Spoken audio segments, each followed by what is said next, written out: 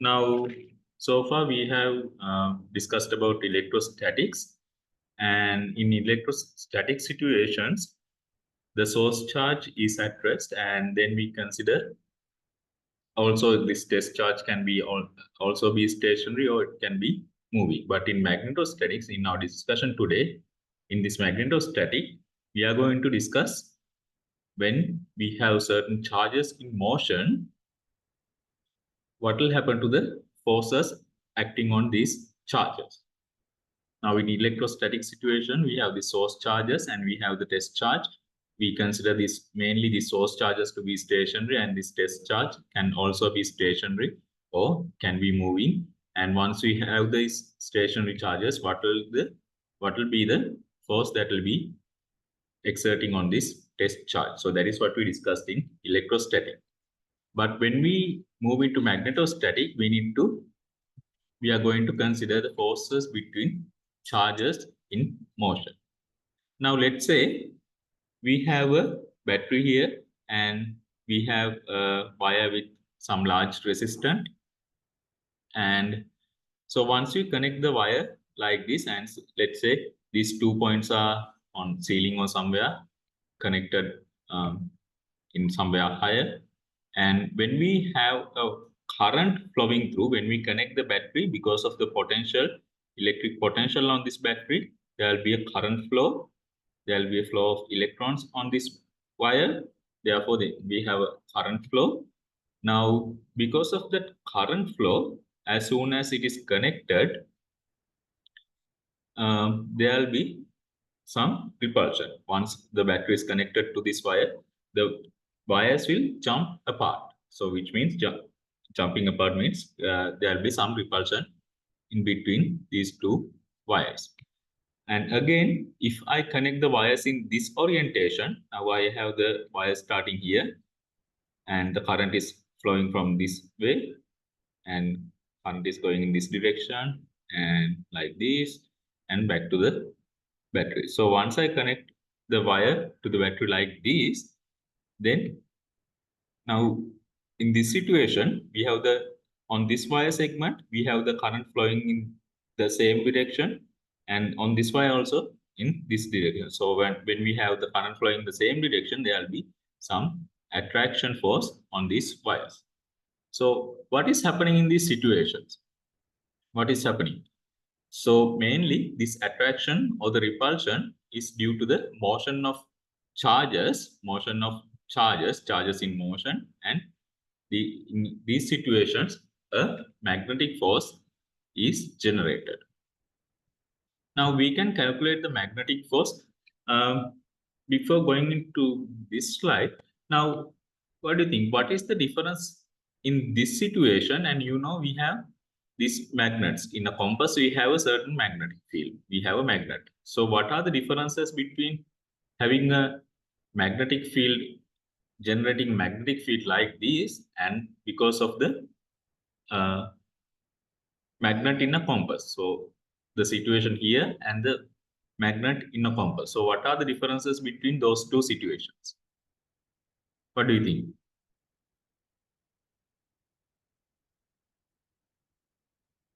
Anyone?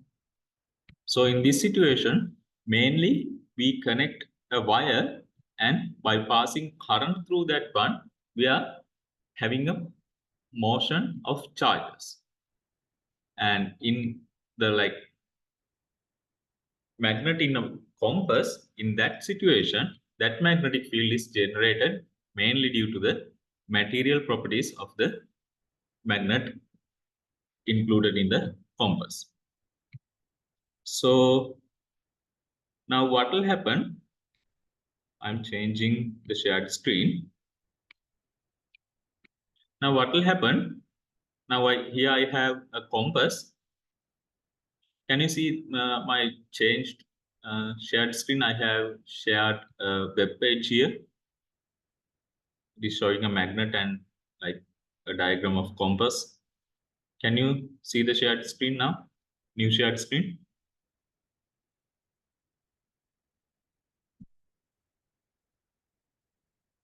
Okay. So now let's say we have a magnet like this. So in a this kind of a situation, in this magnet, we can identify north pole and the south pole. So if I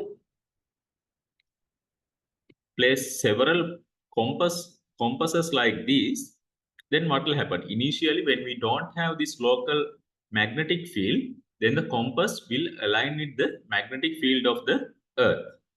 But when we have this high local magnetic field, then the compass around, if I bring a compass near to this magnet, then the compass will align with the magnetic field of the this local magnet.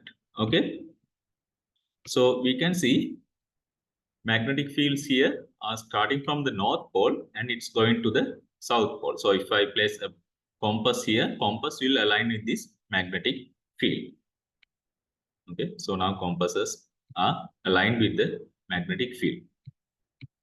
So you can see the direction of the magnetic fields here. And again, if I bring another small magnet which can rotate freely, so it will align with the magnetic field of this magnet. Okay, and then so I'm going back to the slides and the whiteboard.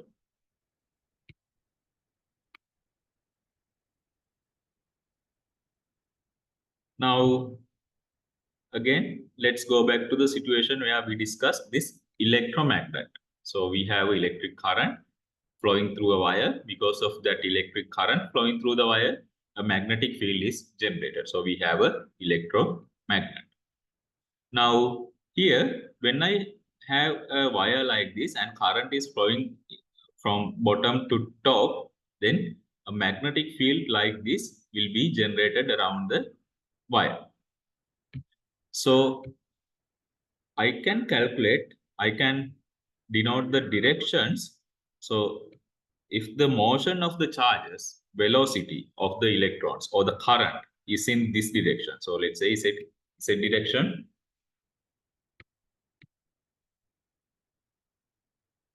So motion of charges or the current is in this direction. The velocity is in this direction. Then if I have a magnetic field, magnetic field in this direction, then force exerting on that, force generated because of this magnetic field and because of the motion of these charges will be in this direction. So now in an electromagnet, the attraction and the repulsion of wires are due to the magnetic forces. A stationary charge produces only an electric field E. So stationary charges will only generate an electric field.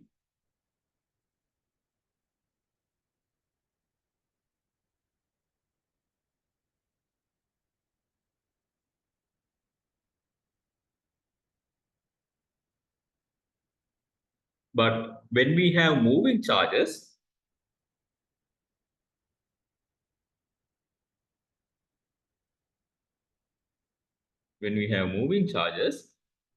in addition to this electric field, a magnetic field will be generated. Okay, so in addition to this electric field, a magnetic field will be generated. The magnetic field, we can measure the magnetic field or the magnetic flux density using units of Tesla, and we can calculate the magnetic force exerted on a charge Q. So if I place a charge Q here, because of the magnetic field generated by the current flowing through this wire, there will be a force exerted on that charge. So the magnetic force exerted on that charge Q moving with the velocity B, the magnetic field B can be calculated using this Lorentz force law.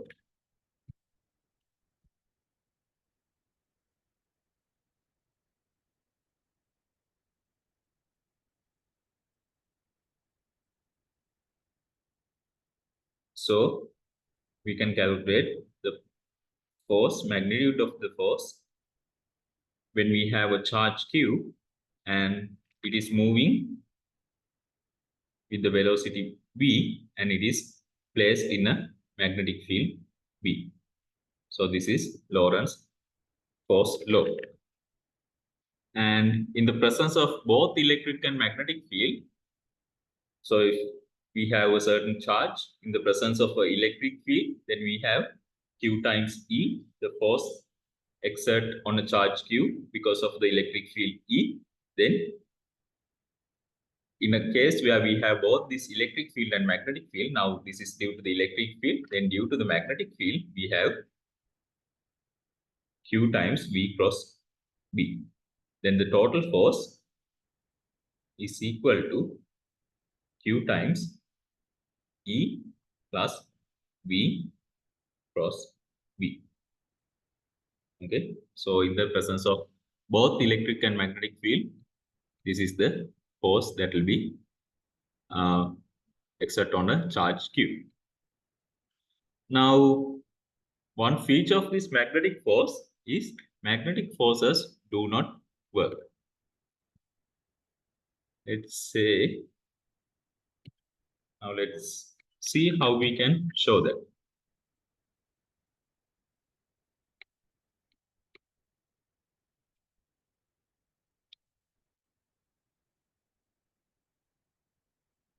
So let's say we have a charge Q and it is moving with the velocity v, and in order to move a distance dl, then with the velocity we can say this dl is equal to v times dt. So we know the velocity, let's say the velocity is v, then to move this much of distance we need to calculate v times dt. So if charge q moves dl, then dl is equal to v times dt. Then the work is equal to force times displacement.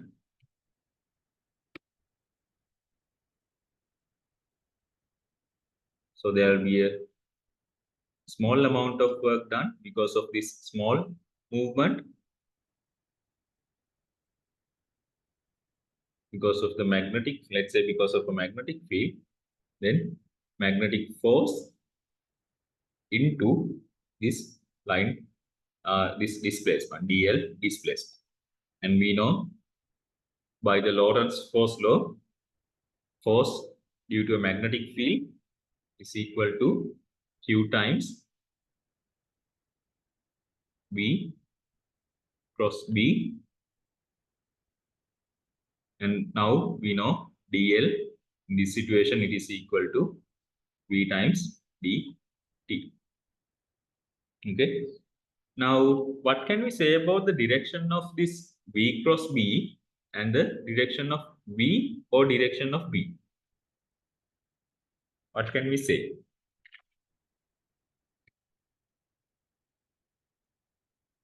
Now, if I look into this diagram, force is equal to Q times V cross B. So we have the velocity, magnetic field, and the force. So V cross B is equal to V cross B times Q is equal to F. So the force is perpendicular to both magnetic field and the velocity. And therefore V cross B, so V cross B is perpendicular, force is perpendicular to both this velocity and the magnetic field. Then V cross B is perpendicular to V and B. Then here V cross B dot V. So what can we say about this value? V cross B dot V. What can we say about this?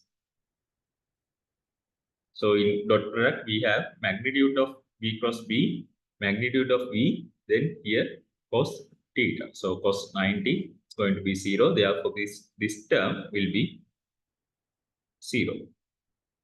Then here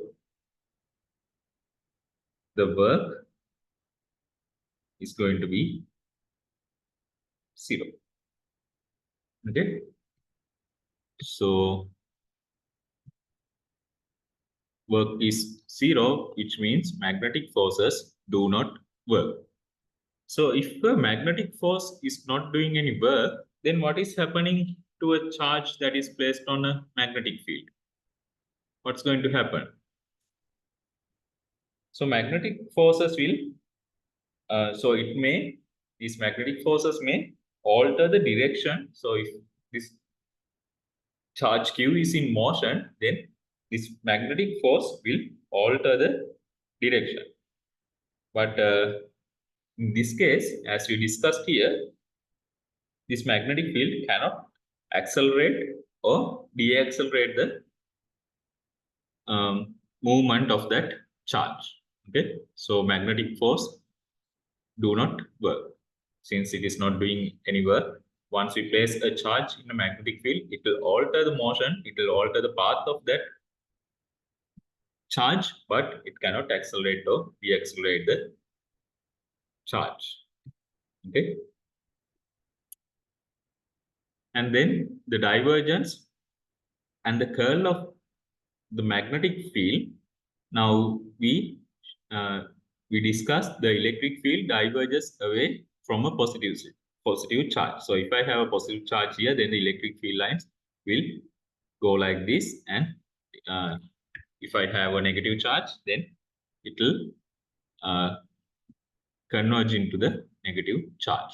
But in a magnetic field, these magnetic field lines will curl around the current. So if I have a wire here, then the magnetic fields around the wire, magnetic field generated by this movement of charges because of the current, will be like this. Okay, so those will be curl around the wire, curl around the current. So in contrast, these magnetic fields, so in the electric field, we can consider those electric field lines generate or originates from a positive charge, and those will be terminates on a negative charge.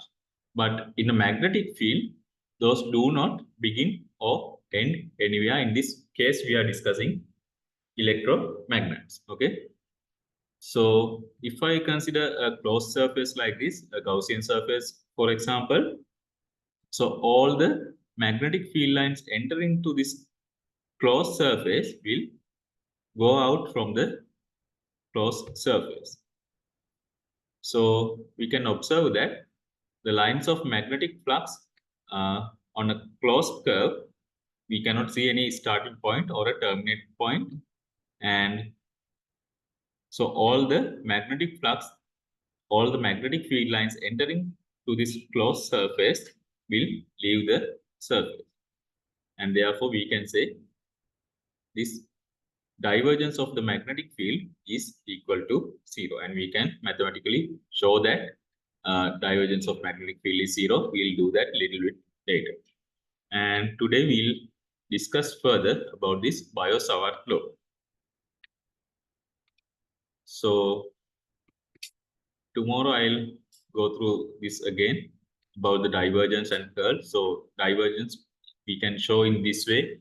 Once we have a closed surface like this, all the magnetic flux, all the magnetic field lines entering should, so those are leaving this closed surface. Therefore, this divergence of the magnetic field is 0, and we can calculate the curl of the magnetic field. So we'll do that tomorrow. Now, let's see what is this Biot-Savart law.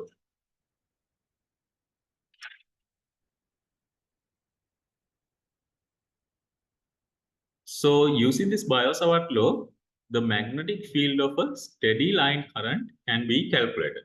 So what is a steady line current? what is a steady line current?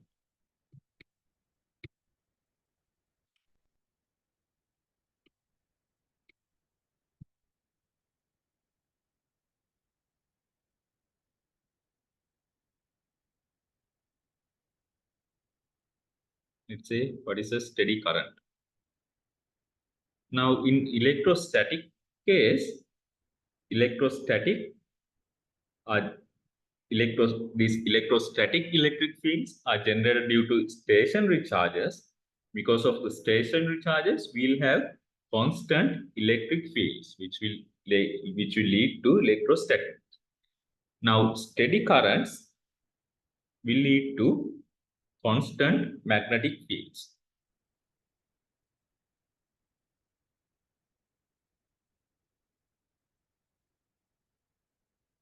So, having constant magnetic fields in a certain situation, that is the case we are discussing magnetostatic.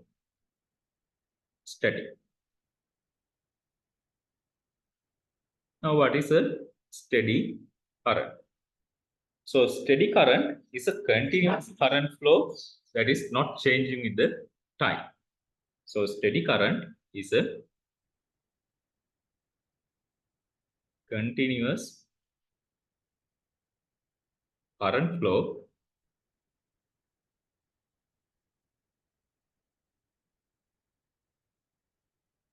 So, since it is not changing with time, we can say it is a continuous current flow that has been going forever.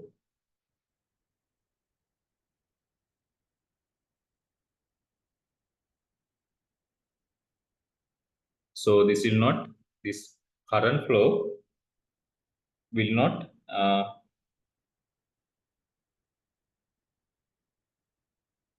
so this is not going to be changed. So, without charge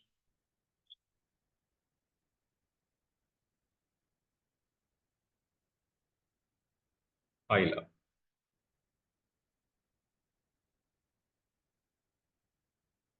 So, steady current is a continuous current flow that has been going forever without charge piling up or stucking in a certain area. Now, because of this steady currents, we will see constant magnetic fields will be generated, and that is the case we are discussing here, magnetostatic. So, this magnetic field due to this kind of a steady current can be calculated using the Biot-Savart law. So, in Biot-Savart law, we have the magnetic field is equal to mu naught over 4 pi, and we will do integration of the current dl. So, if we consider a small segment of the wire that is conducting the current, so we have the current here I, and we are looking for a small segment dl times r over r square. So, it is mainly like, now let's say we have a wire conducting current like this. So, current is flowing in this direction, and because of a small segment here, this dl segment, let's say it is dl dash, at a point P here, what is the magnetic field generating due to this current flowing through this small segment dl? So, we have a vector connecting this small segment and this point P. Let's say the length here is r, and the unit vector in the direction from dl dash to P is r. Okay. So, because of the current flowing through this wire and considering this small segment dl at this point P that is located a distance r away from this small segment, the magnetic field generated there is equal to mu naught over 4 pi integration I dl cross r hat. So r hat is the unit vector connecting this small segment and the point P over r square. And mu naught here is the permeability of the free space. So it is mainly due to the, you can say, it's like the material property. So in free space, we have this permeability mu naught. So mu naught is the permeability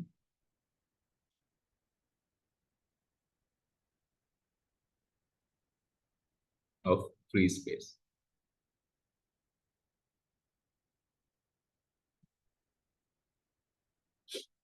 Okay. So this equation is the Biot-Savart law. We can calculate the magnetic field of a steady line current using this Biot-Savart law. Now let's solve a question using this Biot-Savart law. Find the magnetic field a distance s from a long straight wire carrying a steady current.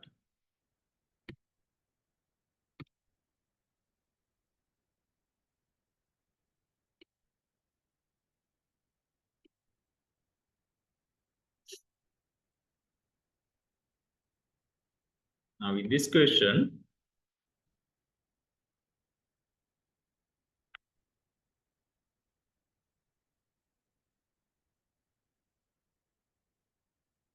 we have a long straight wire and it is carrying a steady current. Let's say the current is I, and we need to calculate the magnetic field. Find the magnetic field a distance s from the long straight wire. So distance is s, and we need to calculate the magnetic field a distance s from the long straight wire carrying this steady current I. Now I will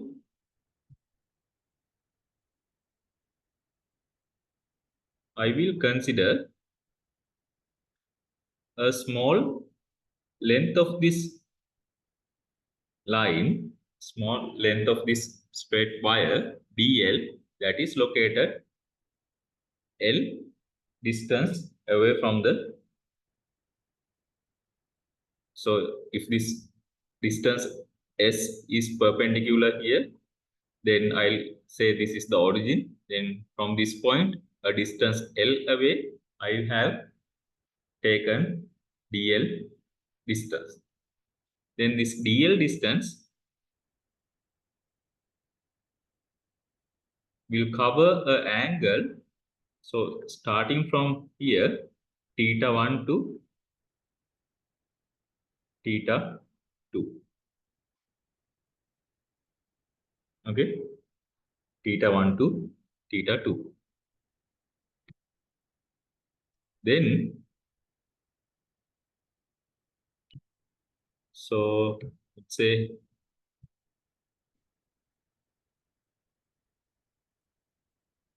on average we have a theta angle there. So this distance is S, and from a L distance away we have this dl segment, and here the angle is theta.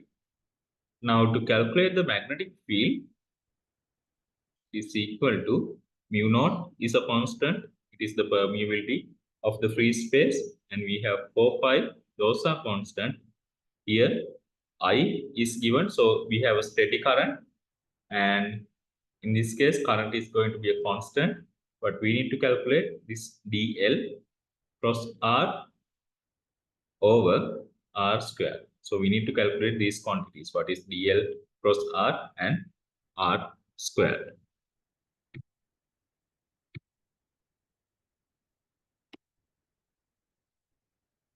Now r is the distance from the line segment we are considering to the point P here, where we are calculating the magnetic field, and r hat is the direction. It is the unit vector connecting this line segment and the point P. So what can we say about this dl cross r hat? So we have dl. So we took the length from this. I assume this is the origin. So length is from origin to here, length L, then dl. So length, we can say it is in this direction.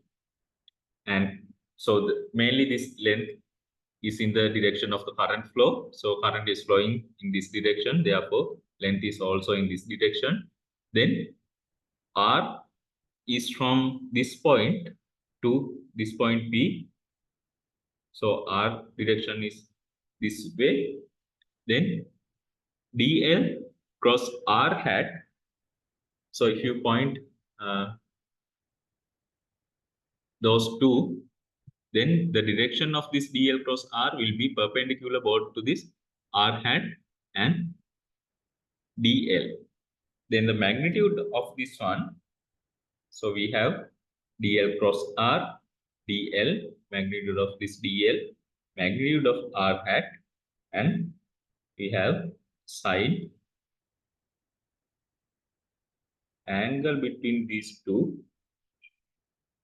So L here and R here, then the angle between these two is, let's say here it is alpha. So since the angle here is theta, we have the angle here is theta, then theta plus alpha is equal to 90 degrees. Then alpha is equal to 90 degrees minus theta. So we have sine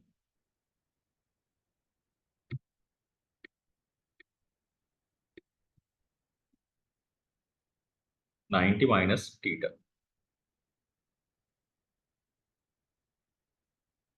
And this is the unit vector. Therefore, magnitude of the unit vector is 1.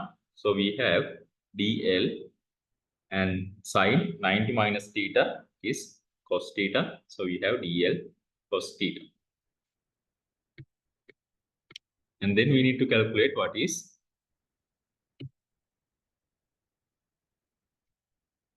1 over r square. Now, also, if we look into this diagram, we can see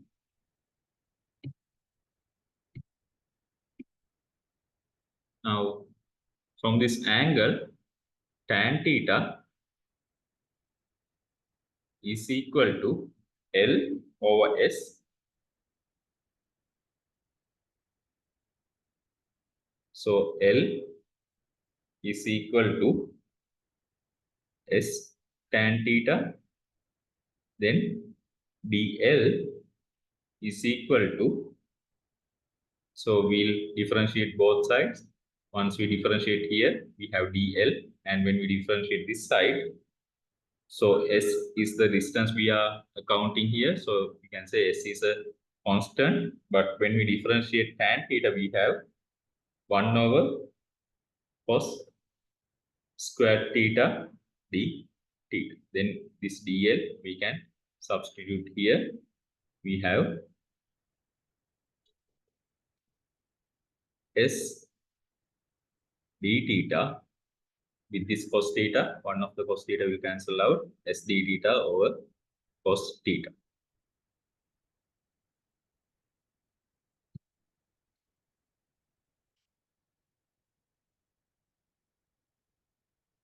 Again, by looking here, we can say r cos theta is equal to S. R cos theta is equal to S.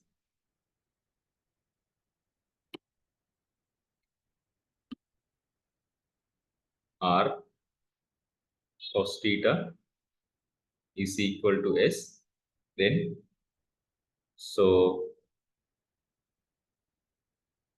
1 over R square 1 over r squared is equal to cos theta squared over s squared. So r square 1 over r squared is equal to cos theta squared over s squared. Now we have this value for this one and what value for this one. Then by applying those values we obtain,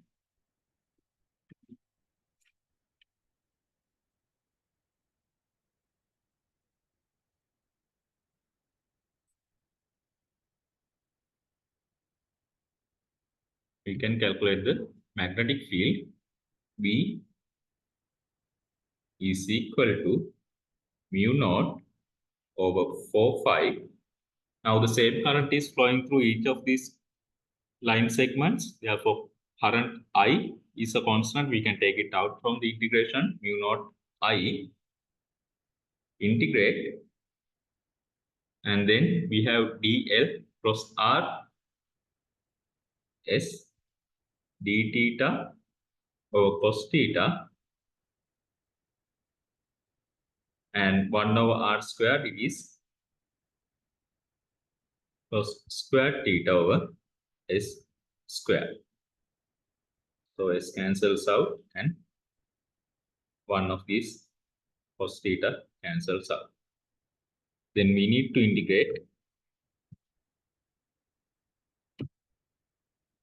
Now in this case, we are looking at a certain location that is a distance s. So distance s is not depending on this theta. So we can take that out. Mu naught I over 4 pi s,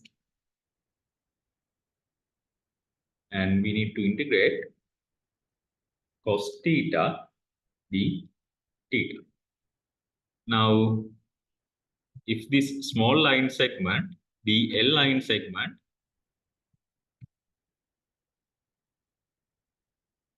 is covering an angle starting from theta 1 to theta 2, then we need to integrate from theta 1 to theta 2. So if this small segment of the wire is covering an angle theta 1 to theta 2, then we need to integrate from theta 1 to theta 2.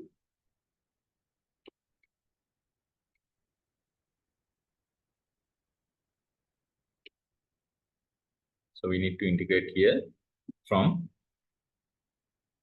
theta 1 to theta 2.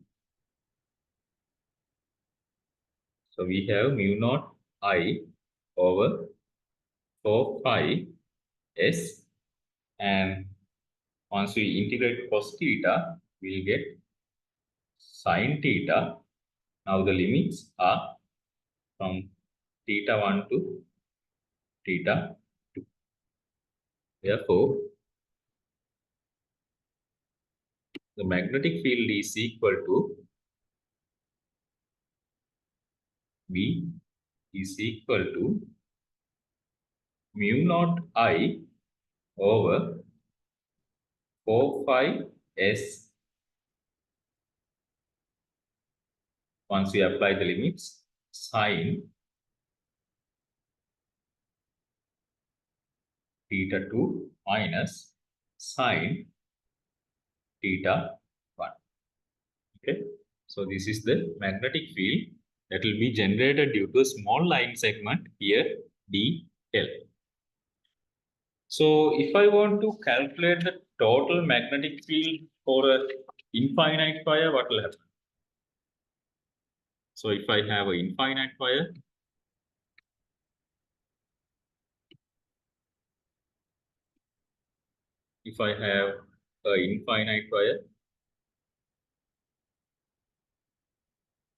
at a distance above this infinite wire, distance s, and there is a current I flowing through this wire, then what will be the magnetic field at this point here? And what will be the direction of that magnetic field? So we need to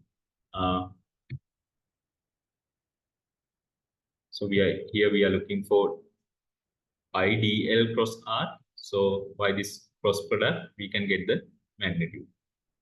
We can get the direction. So as it is shown here, so if I have the direction R in this way and the DL is in this way, then the magnetic field is coming out of the screen. So it is like here it's shown in a dot. Okay, so it is coming out of the paper. So if I have an infinite wire, what will be the magnetic field? So for an infinite wire,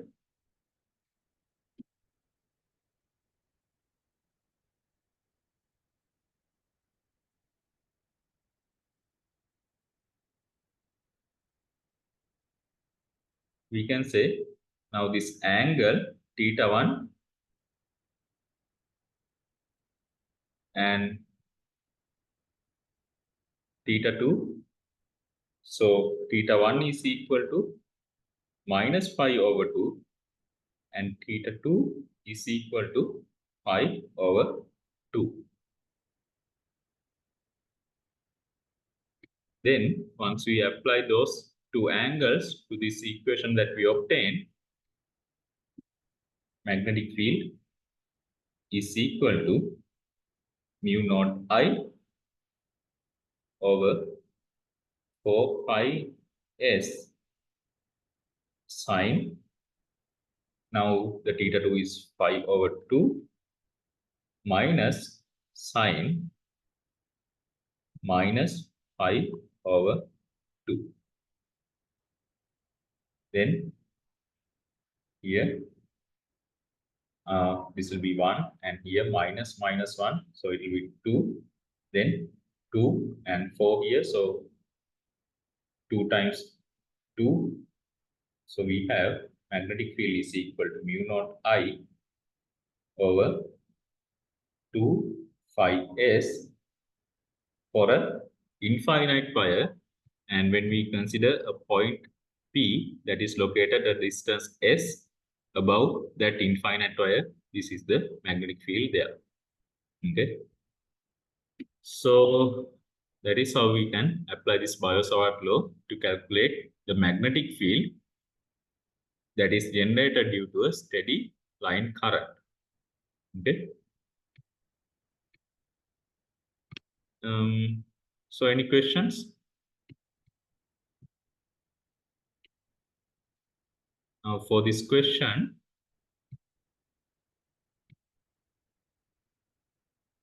I considered a segment of this wire DL that is located L distance away, and then we calculated DL cross R.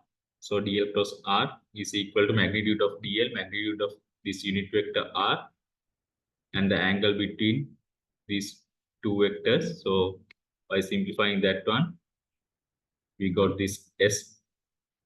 First we got this DL cos theta, then the angle here theta, then tan theta is equal to L over S. So L is equal to S tan theta. Then by differentiating both sides, DL is equal to S over cos squared theta d theta. Then I substituted this DL value here. So I got S d theta over cos theta. One of the cos theta terms cancels out.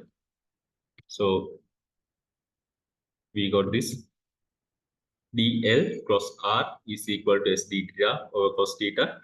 Then from this diagram, S, this distance S is equal to R cos theta.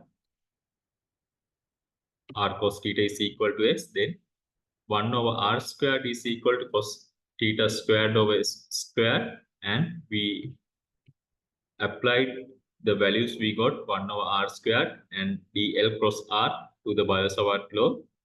So mu naught I is a steady current, therefore I took it out. Mu naught I over 4 phi integrate we have dl cross r s d theta over cos theta times 1 over r squared is equal to cos squared theta s squared,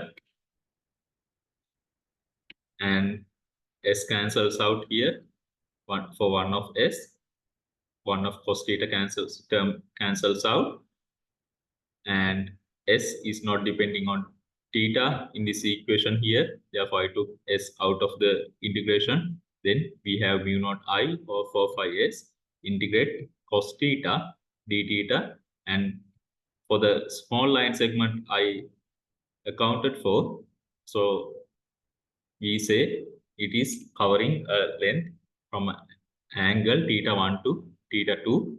So we integrated for theta 1 to theta 2 cos theta. Then for that small line segment, this is the magnetic field generated. And then if we look for an infinite wire, then the theta 2 is from 5 over 2 and theta 1 is minus 5 over 2. So from a infinite wire, the magnetic field generated at a distance s above is mu naught I over 2 phi s. Okay. So any questions up to this point?